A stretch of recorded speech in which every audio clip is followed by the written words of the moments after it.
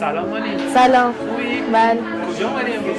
امروز اومدیم رویداد برنامه نویسی سخت افزار. اومدیم یه رویداد کامپیوتر و بهمون کار با یعنی برنامه نویسی رو سخت افزار رو بهمون یاد میدن. یه نوع رویدادیه، یه شاید بگم ایونت برگزار میشه توی فصل‌های مختلف.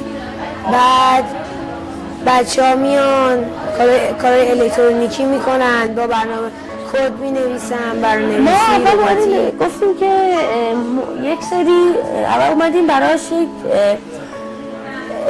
میزان رطوبت هوا تعریف کردیم. گفتیم اگه میزان رطوبت بیشتر 90% شد فنا شروع کارشن و این بخار آبی که توی هوا معلق شده رو برن بیرون، چون که ما در اول یک سری بخار آب وارد همون محیط آکواریوم کردیم تا مثل آب پاشی. امروز ما با بچه‌های خونه هوشمند ساختیم و برنامه ریزیاشو کردیم که خونه‌مون 3 قسمت داشت: قسمت نور، قسمت دزد و قسمت آتیش.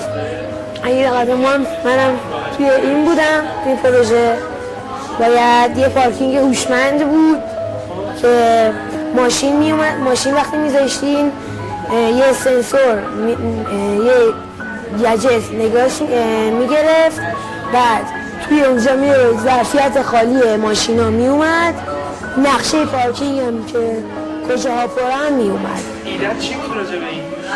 من فکر میکردم که در اول فقط با کامپیوتر باشه، زیاد با سخت افزار کار نکنیم، ولی اینجا که اومدیم کشت گلخانه‌ای داخل آکواریوم پشتم در واقع در یک محیط مصرفی برای کشت گل‌ها میشه. من نمی‌دونستم داریم با اجسام و برنامه‌ریزی برای وسایل مشخص کار کنیم، ولی همونطور که می‌بینید کشت این گلخانه واسه ساختن خونه هوشمند خیلی مفیده و حتی شاید صرفه‌جویی انرژی هم باشه. من اول اینجا که دیدم فکر کردم که نمی‌دونستم قراره چه اتفاقی بیفته.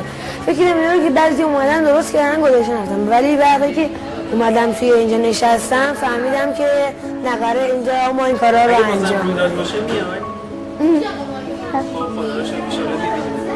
داری که شرکت کردیم برای امبلاک خیلی مفید بود و ایشالله اگه خدا بخواد رویدادهای دیگر اتفاق بیفته و پیشرفت. اگه رویداد باشه بازم میای؟ حتما.